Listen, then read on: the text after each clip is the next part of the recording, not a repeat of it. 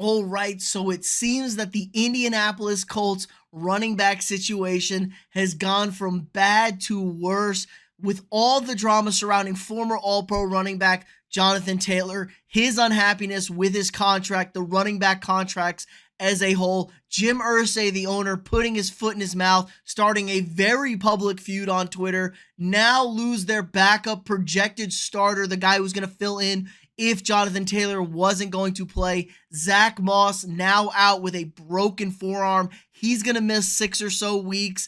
And this is just another string of terrible luck, terrible situations, and a franchise that has never actually ever recovered from the surprise retirement of Mr. Andrew Luck. It's been a long and bumpy road, and it seems like it's never getting better for the Colts. You had a great run with Peyton Manning.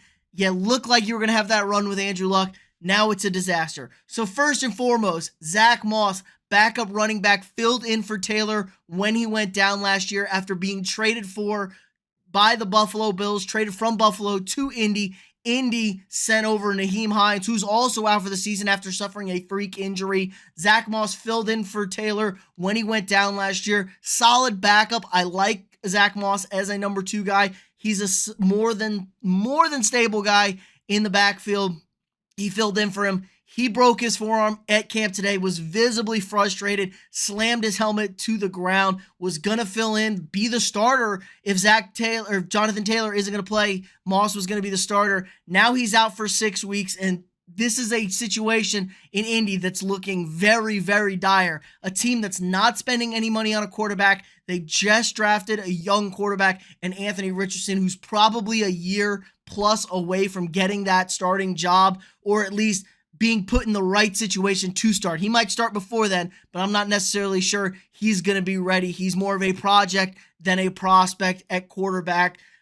You don't have your all-pro running back, Jonathan Taylor. I know he had a down season last year, but this guy's been an absolute stud since being drafted. He was the rushing leader 2 years ago, first-team all-pro. It was second in offensive player of the year votings. He carried the team, averaged 106 yards plus per game in 2021. He was dominant. Now, the Colts underperformed as a whole last year. It was kind of a disaster. They fired Frank Reich in the middle of the season, and it just never seemed to work out for Indy. Taylor ultimately ended up going down with an ankle injury, had surgery on that ankle. He's on the physically unable to perform list as of right now, but he has been very, very vocal about the running back situation in the NFL, what the contracts, how they're being underpaid and overused. He's set to make $4.3 million this upcoming season, which is a nice chunk of change. He's made just shy of $8 million in his career, but he's 24 years old. The miles are starting to add up, and he's looking for a long-term extension with the Colts. He wants a fat payday. And of course, is Jim Irsay, the owner of the Colts, ever done anything right? Has he ever said anything that hasn't made him look like a complete ass, openly going out on Twitter after this running back meeting saying, not going to happen. We negotiated in good faith. Now you're acting in bad faith as the running backs. We came to a collective bargaining agreement. You're not getting any special treatment or that. And then, of course, Taylor's agent fired back and goes, not paying your best offensive player is not good faith. So this started a war of words, and Jim Irsay can never stay out of the headlines without making a fool of himself. Man always makes a fool of himself, and it's not smart to be publicly feuding about your running back with his agent about the situations. Just shut the hell up, dude. Owners, stop being in the limelight. Just stop. Jerry, that's a nod to you. Just sit back, hire good people, let them run your team. Stan Kroenke, I've barely ever heard the guy talk. All he does is win championships in sports. So anyway, Taylor has officially requested a trade from the Colts, and Irsay, of course, had to go out on Twitter and say, we're not trading him ever. Not now, not in October, not going to happen. So there's a real disconnect between ownership, front office ownership, I'll call as one, and the running back himself. They don't seem to want to extend him. There's no reason to pay running backs anymore. It's super sad. I know Taylor had a down year, but this man was the best running back in the league in 2021, and there's no reason to think he won't get back to that top tier Nick Chubb type guy. He's only 24 years old. He wants to get paid. Like I said, $8 million is nothing to, shake your head at, but still, it's not the amount of money he should be compensated based on his production. So he wants the new contract. I get that.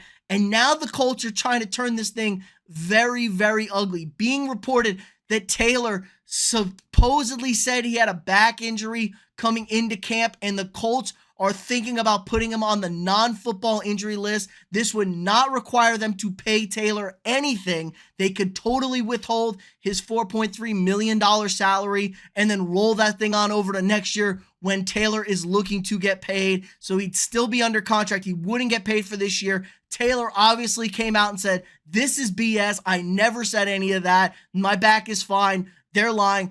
This situation feels like it's starting to boil over and is going to get very, very ugly. And I don't know what to do. You have a new head coach, new young offensive head coach coming over from Philadelphia. I just don't know how I'd feel about this entire situation. There's no reason not to pay Jonathan Taylor. You're not paying a quarterback. You can spend money on these other positions when you're not paying a quarterback. You're not paying any damn wide receivers either. You haven't had a damn wide receiver in the building since T.Y. Hilton was in his prime like 10 years ago or so. I know it wasn't that long, but Jesus, it feels like the Colts will never have a wide receiver.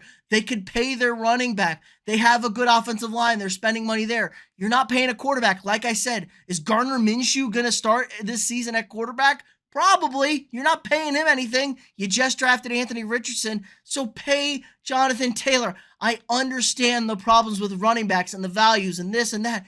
Give him a 3-year extension. He'll be 27 years old. If you want to dump a running back to the curb after 27 years old, I'm fine with that. If you think that's when the production starts to slow down, that's totally fine with me. But a guy like him or Josh Jacobs or Saquon Barkley, who are 24 years old, 25 years old, you can give them 2 or 3 year deals. Pay them heavy. Give them the cash. They'll be happier. And if they want to bitch and complain and get another contract then, let them go. Minnesota did that with Dalvin Cook. Dalvin Cook still holding out for a better contract. Hasn't signed with anybody yet. But it's fine. If you think that's the limit of running backs, so be it. But for Jim Irsay to publicly be feuding with Taylor to refute everything, for them to turn this thing ugly, potentially withholding his salary, allegedly making up injuries, it's just such a Bush League move.